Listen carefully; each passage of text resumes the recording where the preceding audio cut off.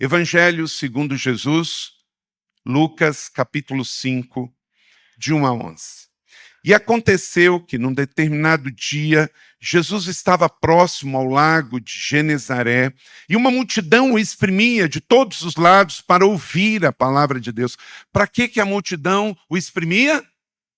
Ouvir a palavra de Deus. E ele observou junto à beira do lago 2 barcos deixados ali pelos pescadores que, havendo desembarcado, cuidavam de lavar suas redes. O que eles estavam fazendo?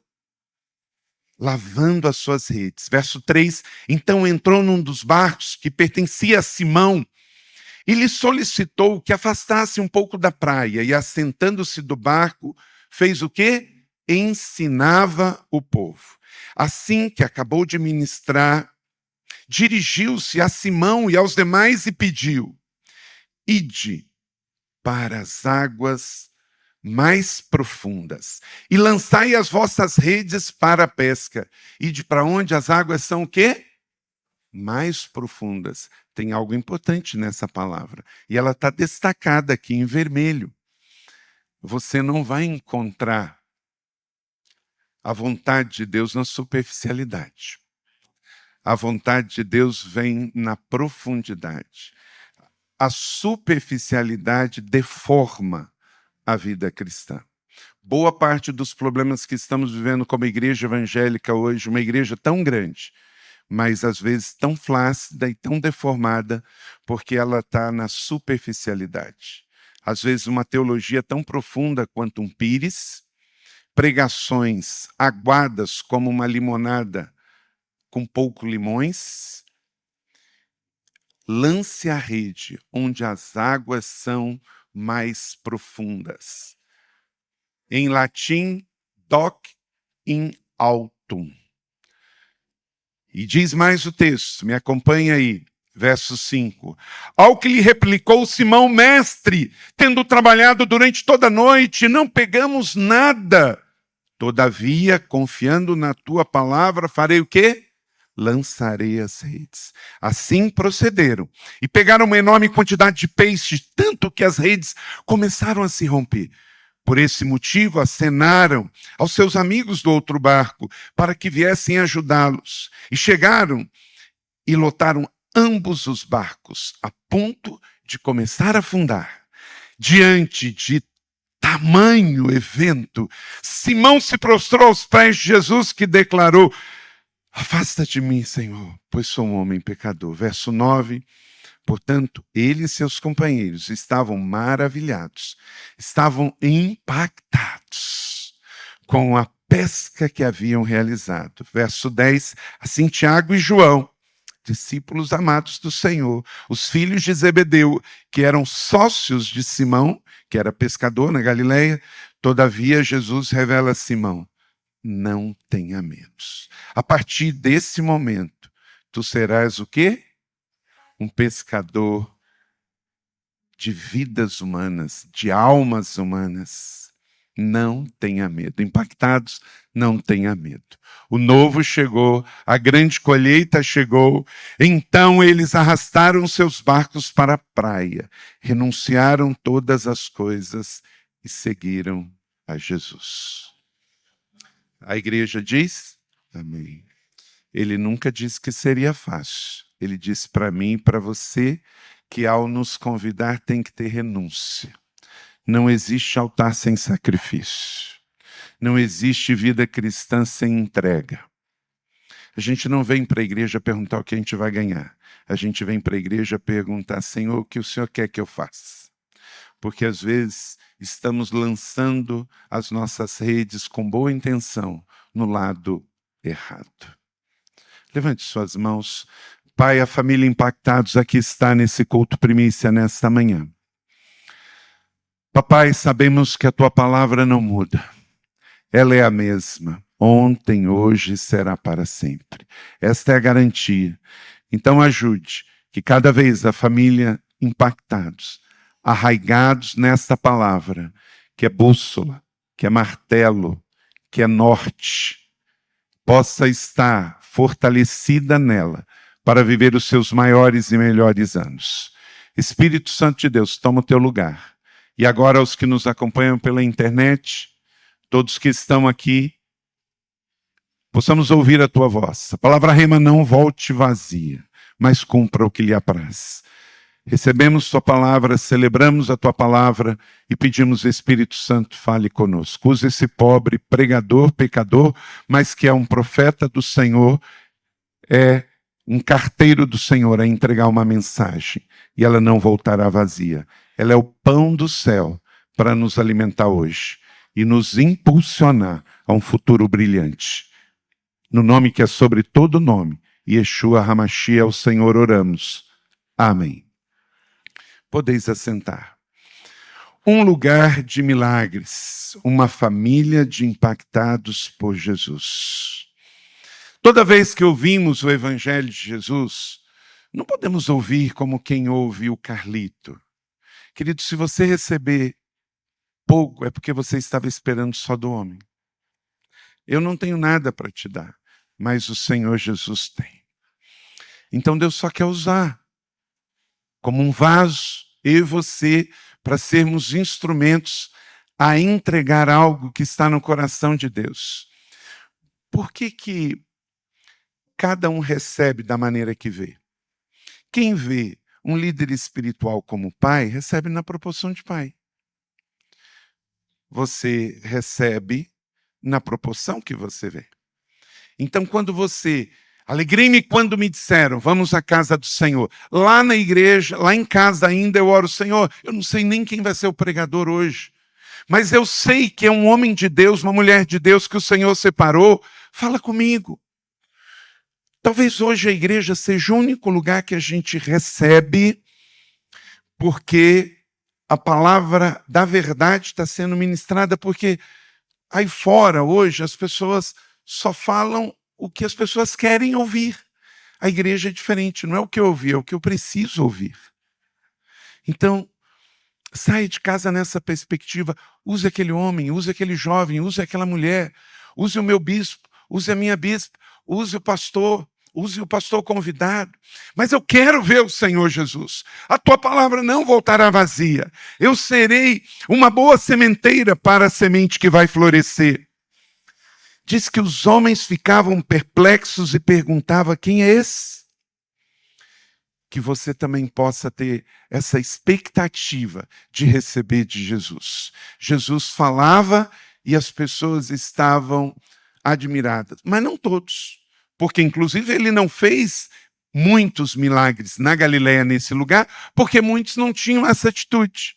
O texto diz em Mateus 8, 27, que quando Jesus falava, as pessoas estavam impactadas, porque isso dependia da expectativa do coração de cada um. Porque Jesus amaldiçoou 3 cidades. E é interessante, o Reinaldo acabou de chegar de Israel, essas 3 cidades, elas continuam até hoje desabitadas.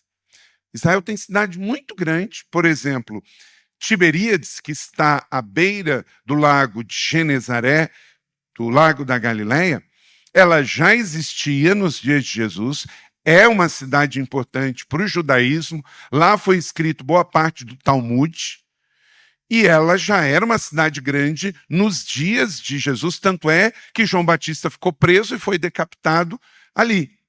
Então já era uma cidade grande nos dias de Jesus. E Jesus não amaldiçoou Tiberíades, mas ele amaldiçoou outras 3 cidades naquela mesma região do lago.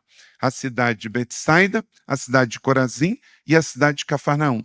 E até hoje, se você quiser ir ver, as ruínas de Corazim estão lá, as ruínas de Betsaida estão lá, as ruínas de Cafarnaum estão lá. E nenhuma das 3 recebeu uma cidade nova em cima. É muito comum, quando a gente vai a Israel e em todo o Oriente Médio, você vê as ruínas arqueológicas embaixo e uma cidade nova em cima.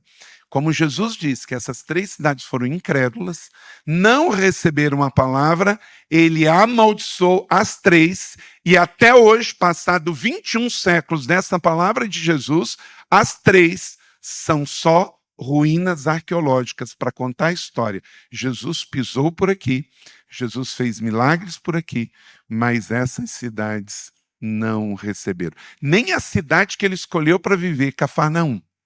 E hoje ela é só um sítio arqueológico. Mas naquele tempo tiveram pessoas, homens que ficaram perplexos. Homens que ficaram impactados. Que homem é esse? Que palavra é essa? Porque tudo depende do nosso coração. Você já percebeu que às vezes Deus traz uma palavra, uma ministração e alguém chega chorando, impactado, como Deus falou comigo, e chega perto do outro, no mesmo auditório, o cara parece uma tábua. Aconteceu nada, não viu nada. Por quê? Deus é o mesmo, o Espírito é o mesmo, mas o coração é diferente. Então, que o seu coração seja sempre da expectativa. Eu vou para a igreja, Deus vai falar comigo. Tem uma palavra para mim. Eu sei que o pregador vai ser o profeta de Deus que vai ministrar para 1000 pessoas, mas eu quero receber uma porção especial. Que o seu coração seja achado em terra fértil. Porque senão, independente do pregador, porque isso aconteceu até com Jesus. Para alguns, Jesus falava e o coração estava maravilhado, perplexo. Para outros, quem é esse arruaceiro? Quem é esse que está fazendo confusão? Que não creram nem nas suas palavras. Jesus realizou na presença dos seus discípulos muitos outros sinais miraculosos, que não estão registrados neste livro, mas estes foram escritos e registrados, e na Bíblia, Cura e Milagres, você tem em destaque todos os milagres e curas de Jesus, o Filho de Deus, e crendo, tem o quê? Tem o quê? Declare comigo, está aqui? Vida no seu nome. Então, por que que nem todos os milagres dos 3 anos de Jesus na Galileia foram registrados? Porque não caberia. Mas os que foram registrados têm um propósito, e o propósito é despertar, ativar, impulsionar a fé nos nossos corações. Porque em Hebreus 13:8, leia comigo e declare bem forte, Jesus Cristo é o mesmo ontem, hoje e será para sempre. Os reinos passam, os impérios se levantam e caem, a divisão geopolítica do mundo muda, e muda o tempo todo. Você não tem nesse exato momento a Rússia invadindo a Ucrânia e querendo mais território, um país que tem 11 fusos horários e querendo mais e mais e mais terras. Por quê? Porque esse é o mundo dos homens. Mas vai se levantar e vai cair os impérios, mas essa palavra vai continuar. Seja ao evangelho levado diretamente por Jesus, aqueles que traduziram a Bíblia lá nos primeiros anos, aqueles que foram os ingleses que puderam entregar a Bíblia ao povo britânico em 1611 na King James, ao padre Antônio Ferreira de Almeida, que começou lá em Portugal a traduzir a Bíblia para o português. Inclusive, se você é daqueles que fala mal de católicos, você tem que cuidar com o que fala. Primeiro, porque crente não deve falar mal de ninguém. Segundo, você não pode falar mal em quem você ama e que você quer ganhar para Jesus. E terceiro, porque foram eles que traduziram em português a Bíblia pela primeira vez para nós. Então é fácil falar dos outros, difícil é fazer o que os outros fizeram. E lembre-se que cada um vai prestar contas a Deus. Até porque disse Jesus em Mateus 24 que tem muitos falsos profetas entre nós. E tem aqueles que chamam Senhor, Senhor e não entrarão no reino dos céus. Quem chama Jesus de Senhor, gente? É o ateu? Não. É o crente. Então, o céu vai ser um lugar das grandes surpresas. Tem gente, Melk, que você jurava que vai estar lá e pode não estar. E tem gente que você jurava que vai estar e pode não estar. Então, como nós não sabemos quem vai e quem não vai, eu tenho que cuidar de mim mesmo e tenho que cuidar para que eu possa também ter o meu nome escrito no livro da vida e receber, filho meu, entra no gozo do teu Senhor. Amém? Amemos uns aos outros. Então Jesus disse que ele é o mesmo ontem, hoje e será para sempre. Então essa palavra não vai mudar. Ela pode ser até revista e corrigida, como a Bíblia de Almeida, porque a língua humana ela também vai ficando com o tempo defasada. Se escrevêssemos e traduzíssemos uma Bíblia para o português do século XVI, o português de Pero Vaz de Caminha, a gente não iria nem conseguir entender. Então, a revisão ortográfica é necessária porque a Bíblia, ela também fala a língua dos homens e a língua dos homens tem que ser atualizada. Mas a palavra não. A palavra é a palavra. E ela nos conta dos milagres de Deus justamente para fortalecer a nossa fé. Então, quem impactados, não perca esse fogo. Vocês têm, e é lindíssimo, eu já estou até vestindo a camisa aqui, que traz o logo do Impactados. Toda vez que você olhar para o logo do Impactados, você tem que lembrar de uma coisa, essa é uma casa de avivamento. Está aqui no logo. Então você não pode ser um antagonista a esta casa. Olhou para você, olhou para o fogo. Olhou para você, olhou para o avivamento. Lá em Tabernáculos, o Senhor fez com que 120 no mesmo lugar recebesse uma chama na cabeça. E o avivamento não acontece quando o fogo cai, mas quando o fogo espalha. Então, dos 120 lá em Jerusalém, até os milhares de filhos da família impactada em 2025, há uma chama na cabeça de cada um. Então, diga comigo, poder e palavra. Mais uma vez, poder e palavra. Aí, até a volta do Senhor Jesus, enquanto que Ele não vem, nós vamos. A família Impactados vai estar segura, no poder e na palavra. Você é o melhor presente para essa igreja. A igreja está fazendo 10 anos, e você sabe que quando a gente completa o aniversário, é de bom tom, a gente dá um presente. Então, além de orar pela igreja, além de ofertar na igreja, você é o maior presente. E o que Deus colocou no meu coração aqui nesta manhã, de trazer de reflexão para a igreja nesse primeiro culto que abre as celebrações até terça-feira à noite dos 10 anos da família Impactados, me acompanha aí. Para que a família Impactados continue celebrando os milagres de Jesus, à luz desse texto do Evangelho de Jesus em Lucas capítulo 5, a primeira coisa, eu e vocês, nós precisamos buscar Jesus pela motivação correta.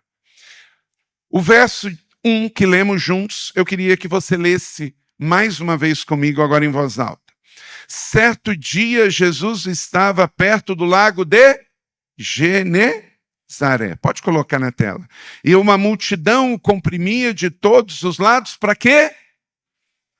Para ouvir a palavra de Deus. Esta é a primeira e maior motivação para alegrei-me. Quando me disseram, vemos a casa do Senhor. Eu vou adorar a Deus, isso é muito importante. Eu vou rever os meus irmãos, isso é muito importante. Mas ter a Bíblia aberta, ter o desejo de ouvir a palavra de Deus, é a primeira motivação, é a motivação correta. Por que que é muito importante buscar pela motivação correta, que é a palavra de Deus? A Bíblia, ela é régua, diga comigo, régua. Quando você vai escrever alguma coisa num papel que não tem pauta, pauta é linha. A folha está em branco, num sulfite. E se você botar uma régua, o que vai acontecer? Você vai ter o quê? Uma direção precisa.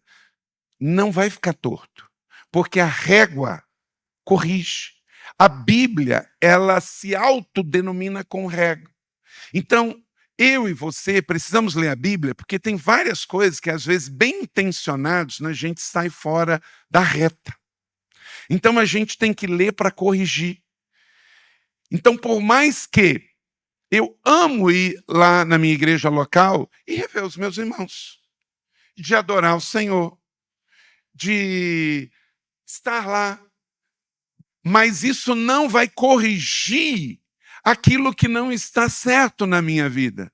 Mas quando eu vou para receber a palavra, ela é régua. Esta igreja, ela é espiritual e divina porque é de Jesus, mas ela tem a parte humana. Por exemplo, a minha igreja não é perfeita porque eu estou lá. Pode ter os crentes mais consagrados que for, mas enquanto que eu for pastor daquela igreja, ela não é perfeita. Enquanto você for membro dessa igreja, essa igreja não é perfeita. E quem corrige as nossas imperfeições é a palavra de Deus. Por isso que nós não podemos ser o pessoal da geração gospel, só coach que acha que estar na igreja é porque é algo legal de estar. Se eu tiro a palavra, eu tiro a régua, eu tiro o martelo, eu tiro a bússola, eu tiro a âncora. Por que que a Bíblia tem todas essas metáforas para definir ela mesma? Porque âncora segura um navio em meio a uma instabilidade. Martelo prega os pregos bem pregados, como diz Salomão. Régua alinha, régua coloca na ordem. Então é muito comum ao que eu acho, o que eu penso. Vocês que acompanham a mim, pastor Fabiano, pastor Marcos Madaleno, somos amigos e juntos como rede Inspire aqui Impactados na igreja da cidade, você nunca viu um dos nossos pastores abrindo caixinha nas mídias sociais e respondendo para crente. Crente pode ir na praia de fio dental, crente pode beber cerveja, crente pode fazer... Sabe o que é isso, gente? É gente que não colocou régua na sua vida. Eu não preciso perguntar a um pastor uma coisa que o Espírito Santo já falou e testificou o meu coração. Isso é viver sem margem. Quando você vai pegar um trem, tem uma plataforma e tem uma linha amarela aqui, que aquela linha não é para me prejudicar. Aquela linha significa cuidado, proteção. Que se eu ficar para cada linha, eu estou seguro. Se eu pisar em cima da linha, o que eu estou? Inseguro. Então, você tem que ter mais. Você tem que ter margem financeira. Se você ganha R$2.000, você não pode gastar R$2.000. Ah, pastor, você não sabe quanto eu ganho. O que você ganha, eu já ganhei. Então, eu já ganhei 1.000, eu já ganhei 2.000, eu já ganhei 3.000, eu já ganhei 4.000. Eu e Leila somos casados há 32 anos, tenho 55 anos de idade. Eu nunca peguei R$1 emprestado com uma ovelha em 32 anos de ministério pastoral que eu vou completar. Por quê? Eu aprendi a viver com margem. Eu não posso gastar mais do que eu tenho, mais do que eu ganho. Eu tenho que ter margem. Margem financeira.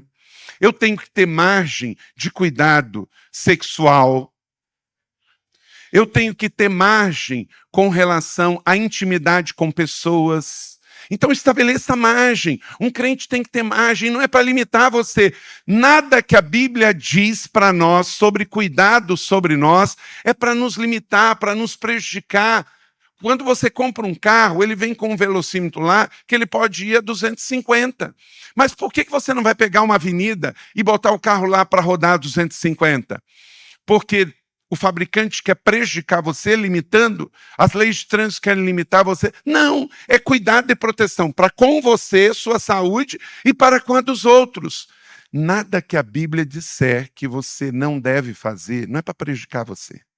É para proteger você, porque a Bíblia quer que você tenha margem. Então não saia perguntando ao pastor Carlito, ao pastor Rinaldo, a pastora Cecília ou outros pastores, aquilo que no Espírito Santo você já sabe.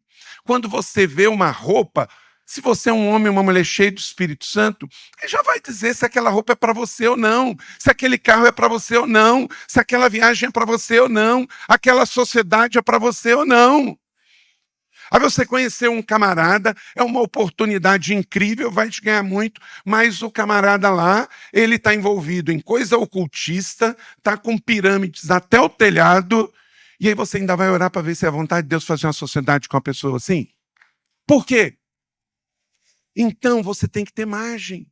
Saiu recentemente agora, se você der um Google aí, fizeram uma pesquisa, 29% dos crentes evangélicos estão jogando bet. Querido, nós precisamos ter margem. Por que um crente da Impactados que quer dar um grande presente para a sua igreja não vai jogar? Porque parte de uma premissa.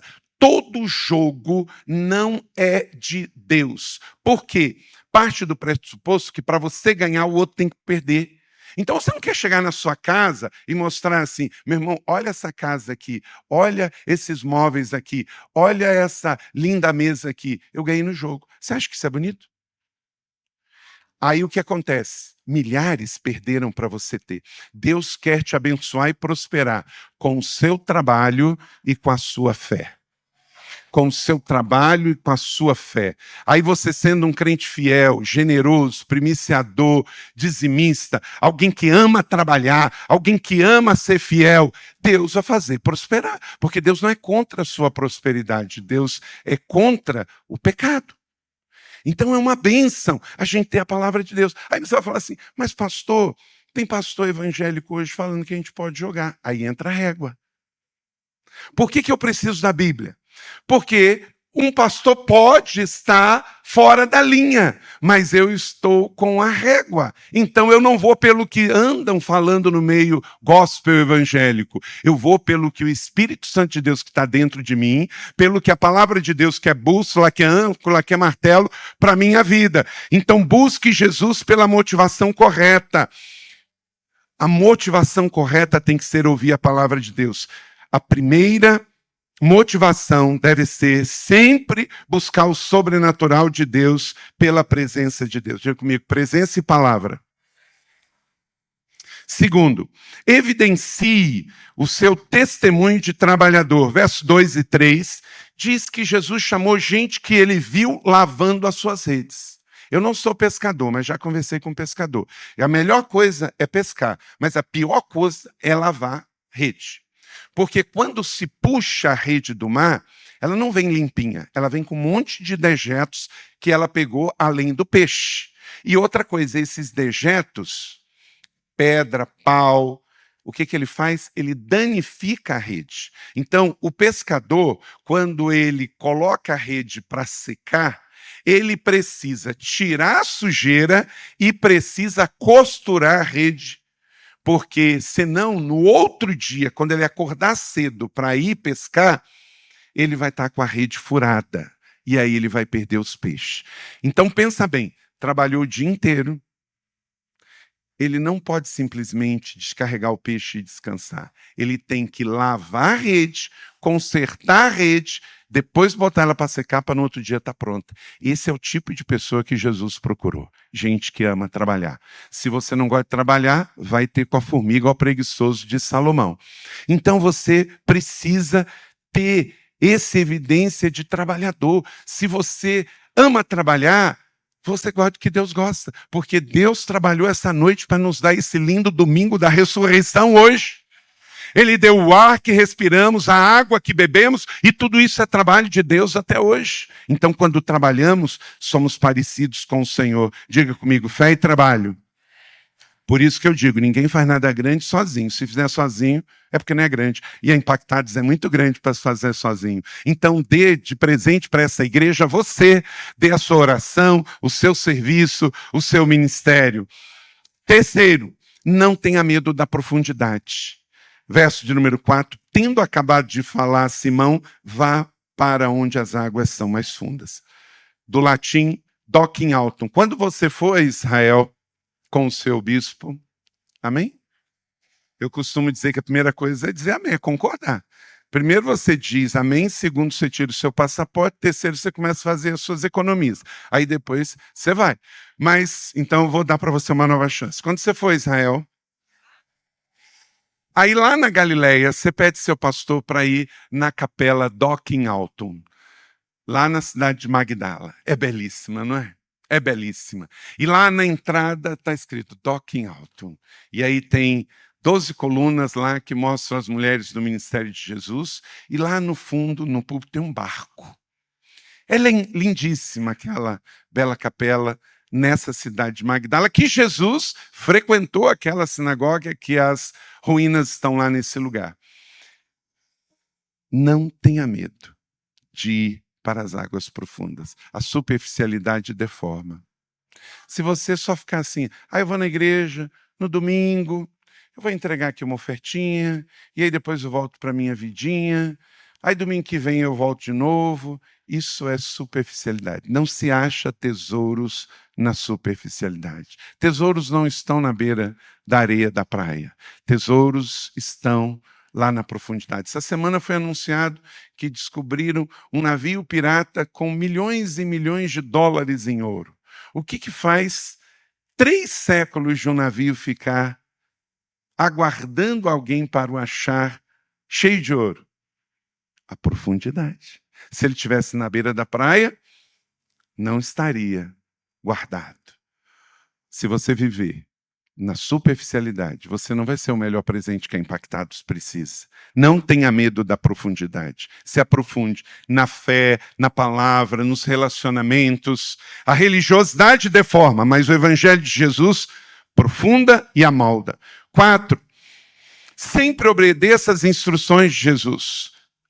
Mestre, esforçamos a noite inteira e não pegamos nada. Se você for bom sempre em ficar dando justificativa, você nunca será bom em nada efetivamente. Mas porque é tu que está dizendo, vamos lançar azeite. Porque muitas vezes a gente tem essa questão da racionalização. Mas, Senhor, o lago não é grande, o navio é pequeno. Se eu jogar para o lado de cá, é a mesma coisa jogar para o lado de cá, porque o cardume é o mesmo. Nós não estamos falando de um transatlântico que tem 60 metros de largura, 100 metros de largura, que o peixe pode estar de um lado, mas não vai estar no outro. Um navio de pesca tem, inclusive, lá no Museu do Barco, um navio típico dos dias de Jesus, e ele não tinha mais do que 2,5 metros de largura. Então, se o peixe está de um lado, vai estar do outro. Mas não tem a ver com isso. Pare de justificar. Só obedeça. Por isso que aquela menininha fez um grande sermão para Naamã. Olha, Senhor, se ele tivesse pedido algo muito difícil, mas só pediu para o senhor descer lá e dar 7 mergulhos. É igual às vezes a gente faz uma campanha na igreja, 7 semanas, e chega uma ovelha e fala, pastor, por que é 7? Querido, porque não é 6 e porque não é 8. É só por isso. É só por isso. Então tem coisa que você só precisa obedecer. Não é questão de ficar procurando uma resposta que não existe. Jesus não era pescador. Jesus estava dando aula para quem sabia pescar. E ele disse, olha, não faça de um lado, faça do outro. Então, às vezes, a gente ouve um homem de Deus e o cara é solteiro, e aí o camarada fala assim, mas você nem casado é. Daqui a pouco o outro fala assim, não, mas você é muito novo. O Rinaldo deve ter ouvido muito isso, né? Você é muito novo, que o menino é prodígio, né? Você é muito novo. Não tem a ver com a idade, não tem a ver com sexo, não tem a ver com a nacionalidade. Só tem a ver, da perspectiva do outro, com uma coisa: obediência.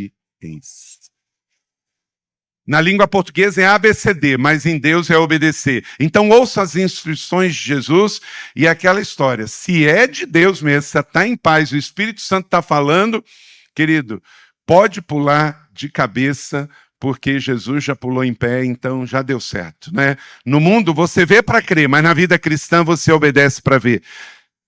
5, viva por fé, a sua pesca abundante chegará. Verso 6, quando fizer, pegaram tal quantidade de peixe que as redes começaram a rasgar. Então, somos gratos pelos 10 anos da Impactados, mas isso é olhar para trás, é olhar no retrovisor.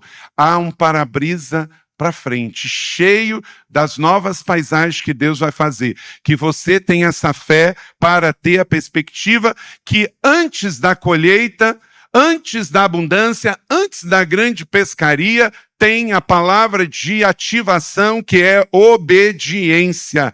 Então, obedeça e você vê a grande pescaria sobre a sua vida chegar. Esta igreja precisa ter mais testemunhas do que apologetas. 6, ande sempre ao lado de pessoas que remem na mesma direção. Depois de obedecer, depois de pegar a pesca maravilhosa, o barco ia afundando. Aí a obediência ia se perder, a grande pescaria ia se perder, se eles não estivessem andando ao lado de barcos que estivessem andando na mesma remagem. Quando você obedece, quando você vê a grande pescaria chegando, você tem que estar andando ao lado de pessoas que estejam na mesma página, no mesmo compasso. Porque ao levantar os braços, aqueles que estavam lá viram e vieram. Só os tolos andam sozinhos. Só os idiotas não aprendem uns com os outros. Então, se você não tiver com pessoas que remam no mesmo lado que você não vai ter para quem pedir ajuda na hora que precisar, como aqueles homens puderam fazer. Então, não vamos sair sozinhos, vamos andar juntos. É por isso que 10 anos depois eu estou aqui. Renato, sempre quando ele tem uma questão que ele precisa de também alguém para orar com ele, alguém, eu nunca vou dizer ao seu pastor, faça isso, não faça isso. Eu vou dizer assim, e se você pensar desse jeito? E se você olhar por esse lado? Porque é tão bom ter isso, não é? Ter alguém que está também nos ajudando, não a tomar decisões, mas alguém que nos ajude a ver o que talvez não estamos vendo, por estarmos muito focados ali naquele lado. Você tem alguém que está andando, porque assim, você não tem que andar com quem está remando para o outro lado. Porque se está para o outro lado, vão ficar antagonistas. Um vai para o sul, outro vai para o norte. E 7º e último aqui.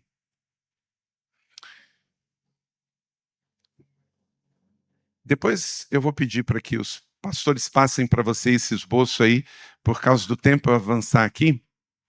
Viva por fé na pescaria abundante que vai chegar. Ande sempre na direção, ao lado das pessoas que remam no mesmo lado. E por último, celebre em adoração os feitos de Deus. E eu quero pedir a banda para subir aqui. Verso 8 e 9. Quando Simão viu isso, prostrou-se aos pés de Jesus. Sabe por quê? Quando tudo é feito do jeito de Deus, o resultado é adoração.